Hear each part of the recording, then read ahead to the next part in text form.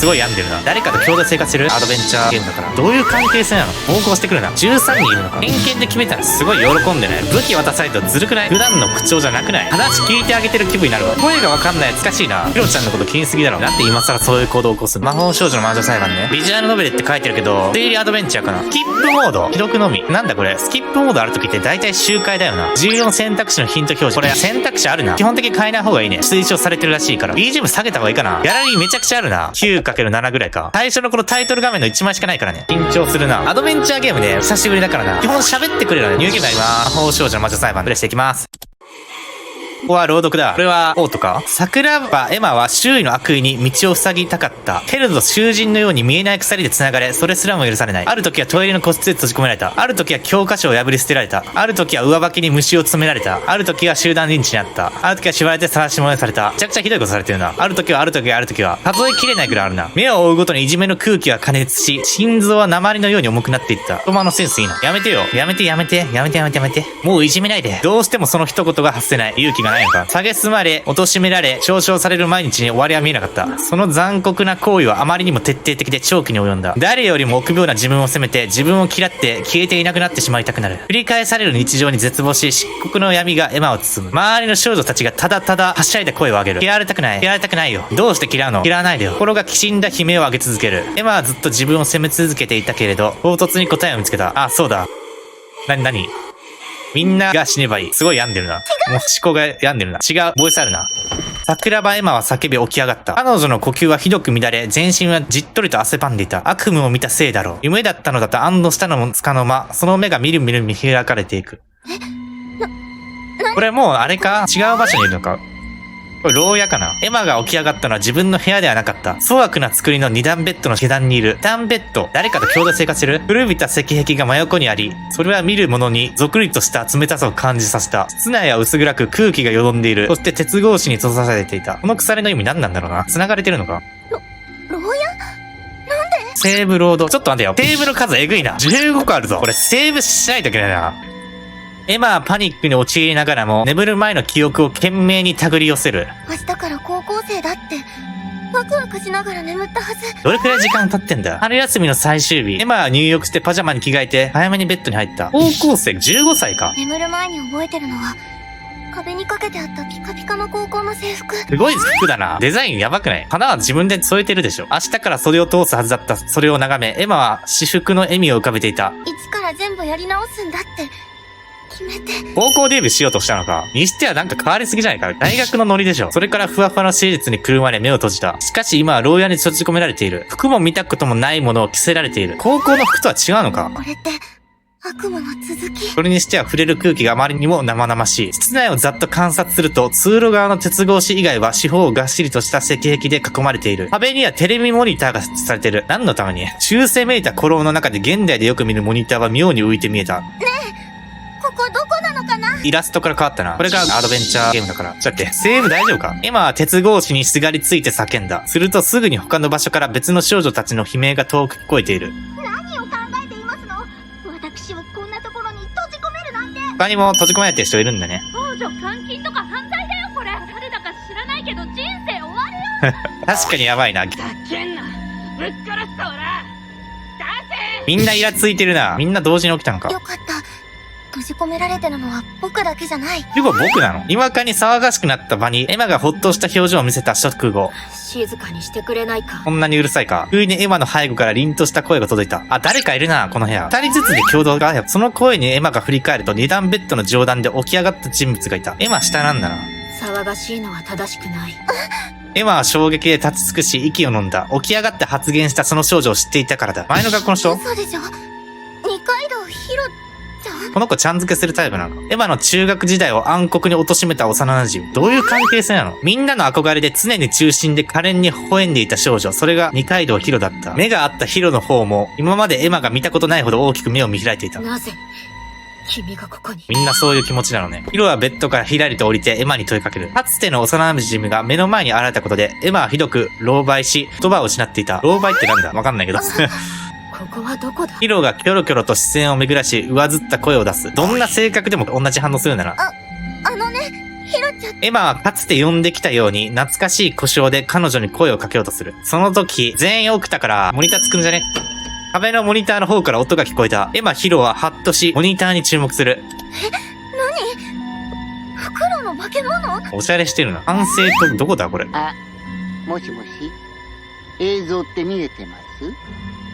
なんせ古くて故障が多いので、やれやれ。声悪人だな。私、極長と申します。極の長でしょ。詳しい説明がしたいので、ラウンジに集合してください。モニター越しじゃなくて対面で話すことが重要なの。探訪の鍵を開けますので、監視の後についてきてください。監修いるの？探訪の鍵を開ける。監修いるんだ。抵抗とか自由なんですが、命とかなくなっちゃうので、はい。モニターは再び真っ暗になった。極長？看守？この子も服着せられてるのかな？いや、色と髪合ってるな。みんな鼻つけてんな。エマは理解が追いつかないのかしばらく立ち尽くしていた。ヒロも同様だ。すると、鉄格子の向こう、通路の方から引きずるような重々しい音が近づいてきている。その音はどこかおぞましく、不穏なものが接近していることをヒマたちに感じさせた。エマもヒロも身をこわばらせ、その視線がゆると通路に向けられる。これが監視？仮面つけてる。悲鳴を上げかけたエマが両手で自身の口を塞いだ。2、3メートルはあるだろうか。ボロボロの黒衣をまとった大きな何かが立っていた。2、3メートルって言ってる人じゃないの？仮面をつけていて顔はわからないか明らかに人間だよね。何か。ヒロちゃん。口癖だな。エマは恐怖のあまりヒロの腕にしがみつく。ヒロもさすがに呆然と通路の異様を見ている。化け物。キモいから。わかった。わかりました。行くから。音がすごいな。他の牢屋にいた誰かが化け物に連行されている様子がエマたちの耳に届いた。逆らったら殺されるね。二人はますますゾッとする。正しい説明がなされるのかな。それなら早く向かわないと。向かうしかないよね。青ざめてるな。これあれか？腕に抱きついてるのかな。ヒロは言いかけてから横にいるエマに目を向けた。その時になってようやくエマが腕にしがみついてることに気づき、今気づいたってこと？腕しがみついてる。バッと強く手を振り払った。遅くない？気安く触れないでほしい。忘れてもらっては困る。私は君が嫌いなんだ。こんなきっぱり言うんだ。何が原因なんだろう。吐き捨てるヒロの瞳は根深い嫌悪の色を宿していた。何したんだ？先ほどエマが鉄格子にすがりついた時、固く閉ざされていた扉はあっさり開いた。エマはすぐにヒロの後を追って通路へと出る。水路みたいだな。待ってよ、ヒロちゃん。通路にはヒロの他にもたくさんの少女たちが現れていた。声を上げたエマの方へと視線が注がれる。エマにとってヒロ以外は全員見たこともない少女たち。なんか同級生いるけどね。よかった。全員中学の頃の同級生だったらどうしようかと。せっかく高校デビューした時、まだ年の子は全員同世代に見える。エマやヒロ同様不思議な服装を身を包んでいた。これ不思議な服装だと思ってるの。そして通路の先には黒衣の異形が歩いている。あの異形が看守ってことなのかな。他の少女たちも青ざめ、戸惑いながらも監視の後について歩き始める。ヒロもエマよりも随分先を歩いていた。エマは小走りに追いつく。まあ戸惑ってる感じだね。ヒロちゃん。あのね、いろいろあったけど、ヒロちゃんにまた会えてよかった。ちゃんと言えるね、気持ち。僕、変わったんだよ。もう前の僕じゃない。ヒロちゃんと友達になりたいんだ。何が変わったんだろう。なんかすごいポジティブになってるな。夢の内容何だったの？ヒロはエマを存在ごと無視することに決めたのか、歩みを止めない。僕、諦めないから。すごいイラついてる。ギリッと強く奥歯を噛み締める音が響き、ヒロはエマへと振り向く。そして思い切りエマを突き飛ばした。こいつ口じゃなくて暴行してくるな。エマはその場に転がる。硬い石の床で膝をすりむいた。怪我をさした当人のヒロは、皮肉しげにエマを見下ろしている。君が変わったとして、そのことが私に何の意味が。私が君を嫌いなことは変わらない。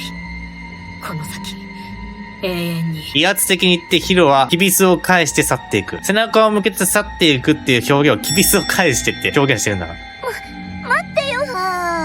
誰だこれ。水色髪の少女が興味深げに二人を見ていた。見てただけか。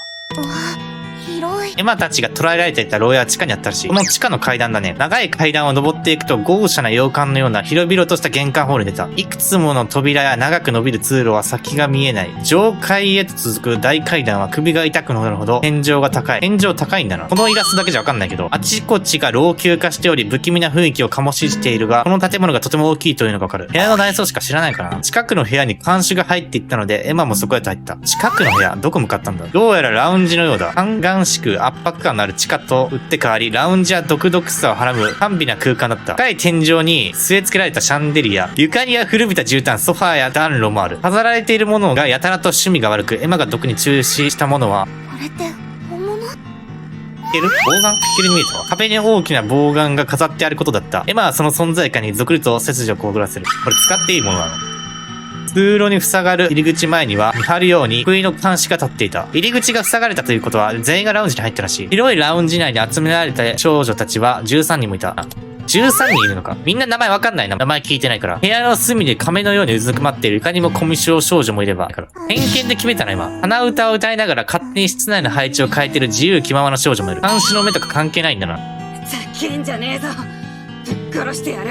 マスクつけてるの。無意味に切れ散らかしているマスクのヤンキー少女もいる。でもこれ、自分で選んだわけじゃないよね。勝手に服装変えられたんだね。なんか首輪してるな。怪我とかもしてるな。ここ臭くね？キャラ紹介が名前わかんないな。嫌悪感をあらわに、鼻をつまんでいる猫耳少女や、やれやれ。めっちゃお嬢様っぽいけど、口調がね、わかんないな。アンニュイなため息を漏らす露出度が高い少女や、わかんない。これ怖いわ。傍観者めいて笑っている妖艶な少女もいた。すごい嘲笑ってるな。みんなゴシックだな。壁際で全員を観察している人物はもう一人。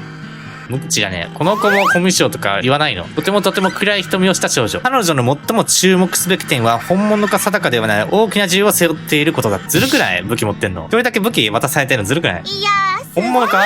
さっき見てた子だね。そんな中、水色髪の少女が大きな声を上げた。場にそぐわないほど明るく、楽しそうな笑顔だ。突然牢屋で目覚め、化け物に見張られていて、状況分かってるね。なんかすごいことが起こっているのを感じます。高まっちゃいますよね。すごい喜んでね。こういう状況を楽しんでる。水色髪の少女は好奇心で瞳を輝かせながらエマの両手を握ってきた。すごいフレンドリーだな。手開いてる。そして上下にブンブンと強く振る。握力が強いのか、エマは痛そうに眉を下げた。何が高まっちゃいますよね。ですわ。やべえことになってるんですわ。もっと危機感を持った方がいいんじゃないかしら。口を挟んできた少女の声は先ほど牢屋にいた時に聞いた甲高い声だった。この少女が抗ってたのか。お人形のように可愛らしい小柄な少女だが、どこか口調が不自然だ。癖じゃないの。室内には多くの少女たちがいる。その中の誰かがクスッと笑い声を漏らした。誰が笑ったんだ？小柄な少女の方がカーッと真っ赤に染まっていく。今笑ったのは誰で上がりますの？恥ずかしいな。いや、すまない。少し変わった喋り方だなと思ってね。誰だこの声。聞いたことないかも。一歩前に出てきたのは中性的な見た目の少女。身長高いな。つらりと背が高く、まるで騎士のように凛々しさがある。ペン持ってない。その精悍な風貌に花を添えるがごとく、レイピアを腰に携えていた。武器渡されたとずるくない？彼女のカリスマ性によるものなのか、全員が息を飲み、彼女から目が離せない。全員注目してる。みんな初対面だと思うから、よかったら自己紹介をしていかないか？すごいリーダーシップあるね。先に名乗らせてもらうよ。私の名前は蓮見レイヤ。花か。当のハンナですわ。お見知りおき遊ばすっす。こいつ多分普段の口調じゃなくない？なんでこんなに噛むんだ？ちょっとお先によろしいかしら。あなた、レイヤさんと言ったわね。いきなり人のことを笑うのは失礼じゃなくて。すまない。そんなに気にしてるなんて思わなかったんだ。お手柔らかに頼むよ。アドベンチャーパート来たな。キャラ同士喋り出すから、俺がどうコメントするか迷うんだけど、ただ干渉してるだけになっちゃうぞ。気にしてないし。その話し方はご両親に教わったのかい？もう突っ込まないでいいから、ほんとけーですわ。あまり話したがらないんだ。まだ信用してないからか。拳をフルフルと震わせており、彼女のプライドがひどく傷つけられたのが伺える。滑り出しからひりついたムードになってしまったが、空気を読めない少女が元気よく手を挙げた。私は立花シェリーって言います。事件があるところに私あり。この名探偵にお任せください。安定なんだ。見た目そうだね。アイテム持ってるし。リボンつけてるんだけど。名探偵？あなたが？そうですよ。てへん。なんせミステリマニアですからね。実際に何か事件を解決した経験があるのかい？それはまだありませんね。ないのか。そうかい。少し頭が痛くなってきたな。次に行こうか。君の名前を教えてくれないか？もしかして探偵妄想なのか？キャリアがわかんない。一人一人の職業的な要素あるの？エマを泣かされて、はっと姿勢を正す。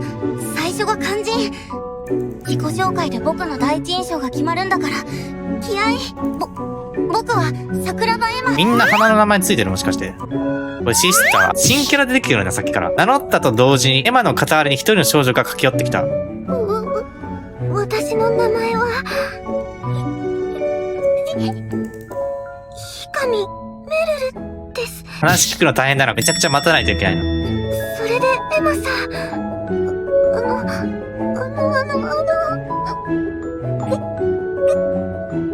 話聞いてあげてる気分になるわ。なんだろう。怪我しちゃってます。つっかいつっかいになりながらメルはようやく生きた。エヴァは自身の膝を見下ろし、血が滲んで流れていることに気づく。さっき、ヒロちゃんに突き飛ばされた時か。転ばされた時だね。大したことないよ。大丈夫。ワンチャンもう殺人事件発生しそうになったな。大したことあります。飛ばされただけで倒されたらやばいけど、大したことあります。すごい駆け寄り方だな。一瞬で移動したな。めちゃくちゃ速くない？メルルは今にも泣き出しそうになりながら膝立ちになった。そしてエヴァの膝に手を当てる。するとエヴァにとって驚くべきことが起きた。メルルの手先が光り、エヴァの膝の傷口がみるみると塞がっていく。そんなことある？この場の全員が測り合うように観察し合ってる状態で、メルルの不思議な力に注目が集まる。痛くないですか？大丈夫ですか？治ったな、これで。ありがとう。メルルはエマと目を合わさず、もじもじとうつむいている。レイヤーが場を仕切り直すように咳払いをした。その不思議な力について詳しく聞きたいところだけど、まだ他の子も残っているよね。お互いの自己紹介を優先しようか。次、君かな。ちゃんと気遣えるね。幼馴染じゃないか、次。ああ、私。あ、違うわ。まだいた私わ。の名前は沢渡ココね。あなたりここ。んで、さ、ちょっといい？私、あんたのことテレビで見たことある気がして。レイヤさんのこと、ギャルっぽいな。喋り方。ココと名乗った少女は、レイヤに歩み寄り、間近から無遠慮な視線を向ける。それ私も思いました。有名人の方でしょうか？言われてみれば、僕も見たような。何歳だ？舞台やテレビや映画でも活躍してる女優さんで、すごくかっこいい子だなって。まさか、本人？でも同い年だよね。メディアに出演してんの？芸能事務所に所属しているからね。いろいろ活動はしているよ。舞台が一番多いけど、テレビもよく出るかな。俳優なのか？やっぱりすごい生芸能人初めて見ました。サインください。ちょっぜえな目。私が先に見つけたっつの。私配信しててさ、とりあえずコラボして。沢渡ここ配信者か。今は自己紹介の途中だし、その話は後でまた。君たち次いいかな。レイヤは慣れているのか軽く受け流し、まだ自己紹介していない少女たちを促す。やりづらいな。最近ミディアだよ。よろしくね。待って、どういう性格なんだ？どういう感じで喋ってる？やりづらいな。恥ずかしがってんの？私は宝生マーゴよ。可愛い子がいっぱいで舌のめずりしちゃいそう。すごいお姉さんだ。使徒アリサ、おめえらと慣れ合うつもりはねえから。これ一気になんか自己紹介してるな。そんなに喋りたがらなかった子たちか。アリサと名乗った少女はマスクをしていて顔がはっきりわからない。アリサさんですよね。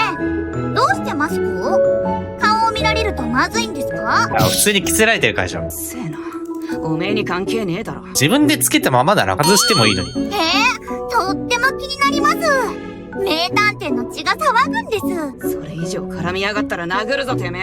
君たち、いさかいはよそう。そばすごいな。争いとか言わないんだ。チェリー君に入れ出す気持ちはわかるが、まずはお互いのことを知らないと。喧嘩はやめようとか。私のことさりげなくディスってません？そんなことはないさ。少し黙っててほしいとは思うけれど。若い子が使う言葉だな、ディスるって。了解しました。ディスるって悪口言ってるような感じだね。あと残っているのは。幼馴染か。違うわ。全然喋ってないな。存在忘れてたわ。これコミッションだったよね。壁際で亀のように丸まっていた少女が、さっとスケッチブックを取り出した。字が聞けないのか、それとも別の理由があるのか、スケッチブックに書いた字を見せる。喋れないのか。我が輩は夏目あんあんである。以降、どうか話しかけないでいただきたい。声がわかんない。難しいな。黒部なのか。黒部なのか。私の名前は二階堂ヒロだ。一気に紹介来たな。名前だけ。ヒロちゃん。ヒロちゃんのこと気にすぎだろ。全員の自己紹介終わったかと思ったが、一人まるで輪に加わっていない少女がいた。ただ多いな。覚えきれないな。個性ありすぎでしょ。先ほどから勝手に室内の配置替えをしたり、物色をしている少女だ。君だけまだ名乗っていないんだが、名前を教えてくれないか？名前？ノアはノアだよ。城ヶ崎ノア。最初これが名前かと思ったな。ノア派ノア。ノアと名乗った少女は、すぐにまた室内の物色へと戻った。気に入らないのかな？全員の名前が知れて何よりだよ。ここにいる意味は私にもわからない。けれど、冷静に行動するべきだと思っている。とにかく、騒がず落ち着いて説明を待とうじゃないか。レイヤが言い放った直だった。これ待ってたのか？牧長らしき人が。天井付近にある通気口から化け物フクロウが飛んできて少女たちの視線を集う。対面か？人がいっぱ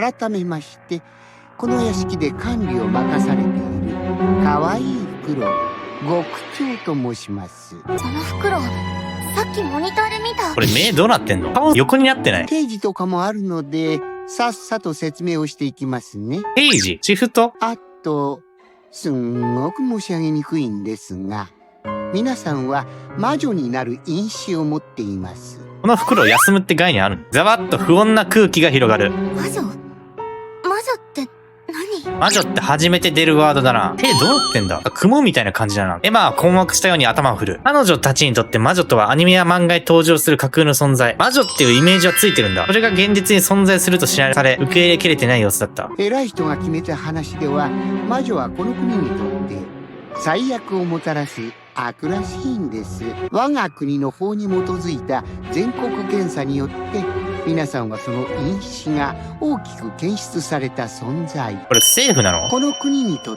てあまりに危険であると判断され、この牢屋敷への収容が決まったんですね。いずれ魔女になる可能性があるとなると、野放しにはできませんので。まだ魔女じゃないのか？皆さん、この世界に害をなす悪者ってことでご納得ください。なんで閉じ込めてるだけなんだ？処分とかしないんだ。この環境に置いてるってことはやっぱ目的あるよね。はぁ？なんだお前キモ。そんな検査やった覚えないんですけど。私に文句言われましても、私はただの可愛いフクロウなので、皆さんにはこの春から囚人として生活してもらいます。中学生から囚人になるってハードすぎない？救済がなくもないのですが、大魔女さえ見つかれば、皆さんの呪いを。大魔女？でも、期待とか持たせてもよくないですよね。忘れてください。魔女の月に大魔女出てきたの？シャワーも娯楽室もあるので、ここで余生を楽しく過ごすとか、どうですかね。囚人？理解が追いつかない様子のエマは動機を抑え込むように手で胸を押さえた。ちなみに、看守は、かつてここに収容された者が魔女になってしまった姿です。これ魔女なんだ。こういうことを定期的に行っているのか？慣れ果てと呼ばれています。こうなる可能性があるのか？多くの魔女になった者は処刑されますが、組みしやすいものをマインドコントロールしてます。原型ないよな。逆らったら殺すように洗脳してしまったので、ほんとすみません。逆らったら死んでください。出入り口を見張る国威の化け物に少女たちの視線が集う。かつて人間だったもの、そして魔女になってしまった慣れの果て。現代世界をモチーフにしてるけど、ファンタジーだな。魔女って存在がいるから。少女たちの表情が物語っている。やすやすと信じられるわけがない。重々しい沈黙の中、最初に一歩前に出たのは二階堂ヒロだった。清楚な少女は凛とした声を上げる。間違いです。私は悪ではない。悪にこだわってるな。絶対的な自信を持っているのか、ヒロの声には一切の迷いがない。そして、この国に最悪をもたらす危険因子は、この子の方だ。嫌いだから言ってるだけじゃないか。キリとエマが指さしてきた。そばにいたメルルがそっとエマの二の腕に触れた。目を合わせこそしないものの本気で心配しているようだった。すごい慣れ慣れしいな。メルルの優しさにエマは褒美を浮かべた。平気。もう仲良くなってない。ヒロの訴えに極長は心底面倒そうなため息をつく。頼みます。悪者を受け入れてください。私は残業したくないですし、みんな平和に楽しくがいいので。間違っている。私は悪じゃない。ヒロは迷いなく歩き出した。この世界を正すことができるのは、私だけだ。私は、この世の悪を排す。まずは。主人公から、ヒロは暖炉脇に立てかけられたヒカキ棒を手に取った。その濁った瞳は、エマをまっすぐに見据えていた。エマは怯えた表情となって後ずさっていく。違うよね。嫌ってるからって、さすがに殺そうとなんて。だよね。なんで今更そういう行動を起こすの？ヒロが凶器を手に取ったことで、少女たちの間に緊迫した空気が張り詰める。貴様だ化け物。だっとヒロが血を蹴った。かばうようにメルルがエマを抱きしめる。エマはぎゅっと目をつむった。しかし凶器はエマに振り下ろされなかった。エマが恐る目を開けてみれば、ヒロの殺意は監視へと向けられていた。そうだ。ヒロちゃんは、そういう子だった。こいつ死ぬんじゃない？この場で確定して間違っているものは、魔女の慣れ果てとして化け物の姿をかたどっている監視だ。そして二階堂ヒロは間違っているものをこの世界から消すことを自分の使命と化している。そんな平気でさ、殺したりするかな？なんで今までそういう問題行動を起こさなかったの？悪は死ね。ハマりすぎじゃない？ヒロは何度も何度も皮下希望を振り下ろしていく。血や肉がビシャビシャと飛び散り、みるみる顔が赤く染まっていった。看守の体はめちゃくちゃに崩れていく。普通の人間なら一撃で死に至るほどの残虐な攻撃。それに一切の瞬順もなくヒロは看守を徹底的に潰していく。あまりに壮絶な光景に全員がただ見ていることしかできなかった。重い皮下希望を軽々と振り回してなお、彼女は素早く動き回る。それでも、看守はどれだけ攻撃されても死んでいなかった。不思議なのか？明らかに人外の素早さと力により、刹那で反撃に振られた鎌は、ヒロの首を跳ね飛ばして死んだ。ヒロの首はエマの目の前に落ちてきた。そんな簡単に死ぬ？残された胴体はまだ皮下希望を固く握りしめ、しばらくふらふらとさまよってからドサッと倒れる。死んじゃったよ、これ。かませだった。ヒロの生首は目を見開き驚いたような顔をしていた。死んだ？本当に死んだの？エマに嫌悪の眼差しを向けていた目はもはや光を失っていった。同級生ポジションを消えたの？ヒロちゃん、また友達になれるって、やり直せるって思ったのに。ヒロがなんで嫌ってたかよくわかんないまま死んじゃったな。謎しかない。二階堂ヒロは死んでいた。エマは呆然としたままふらふらとヒロの首へ近づき手を伸ばす。その血に濡れた方へと触れる。嘘だよね。ヒロちゃん。やだ。で、細いな。エマの瞳にみるみる涙が溢れ、ポロポロと頬を伝っていく。視界の旗、切り離された胴体の近くに、キラリと光るものがあることに気づく。どうやらヒロが倒れた拍子にポケットからこぼれ落ちたものらしい。手の届く範囲にあったそれをエマはとっさに拾い上げた。これって。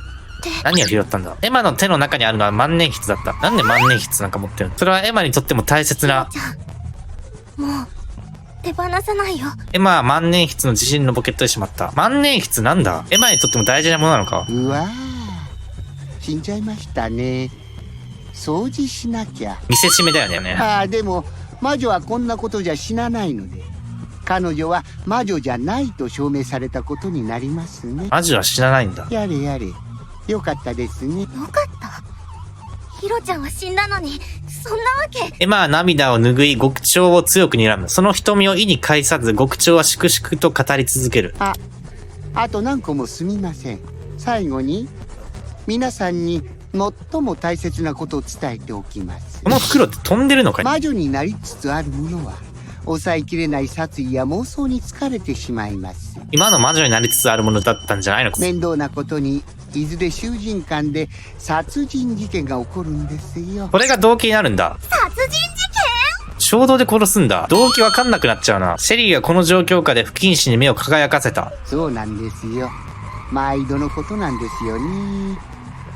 さすがにそんな危険人物とは一緒に生活できませんよね。なんで共同生活させるの？というわけで、殺人事件が起こり次第、魔女裁判を改定します。魔女になった囚人は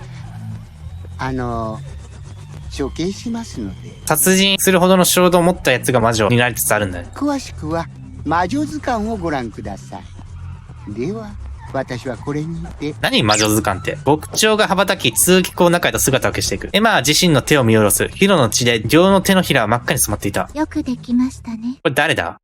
こういった声に驚いたエマは確かめるように周囲を見渡す。当然エマのそばには誰もいない。そうだよね。いるわけなんか、ない。こうしてエマたちの獄中生活が始まった。足元から音もなく崩れ始めているような不気味な感覚とともに。何を褒めたんだ最後。オープニングだな。下絵映ってない。これキャラ紹介の PV か。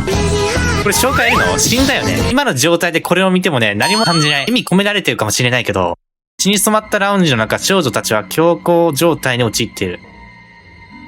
看守。この室内を緩慢に動き回っているのは看守だけだった。看守は二階堂ヒロの死体を片付けていたその作業途中。片付けてる。大きか何かね。すごい青ざめてる。恐怖に耐えきれずか、少女の一人が血を蹴り駆け出した。恐怖って感情あるんだな。こんな格好してるのに。看守は逃げ出そうとする気配に反応した。猛烈な勢いでその少女、血とアリサ、追い始める。なんで？逃げたらダメなの？今の場面。アリサの杖を追う看守の鎌がギラリと光った。再度の悲劇の予感に少女たちの多くが悲鳴を上げ目を覆う。待ちたまえ！堂々とした声を発した少女にその場の全員がハッとし注目していた。その少女、ハスビレイヤーは腰に携えたレイピアを抜き、アリスと看守の間に立っていた。彼女に手を出すな！これ以上の悲劇は起こさせない！大丈夫か？看守は聞く耳を持たない様子で大きく鎌を振った。こいつちょっと話ぐらい聞こうぜ。もう面白くないでしょ？関係ない要素で死んでいったら。もうやめてよ。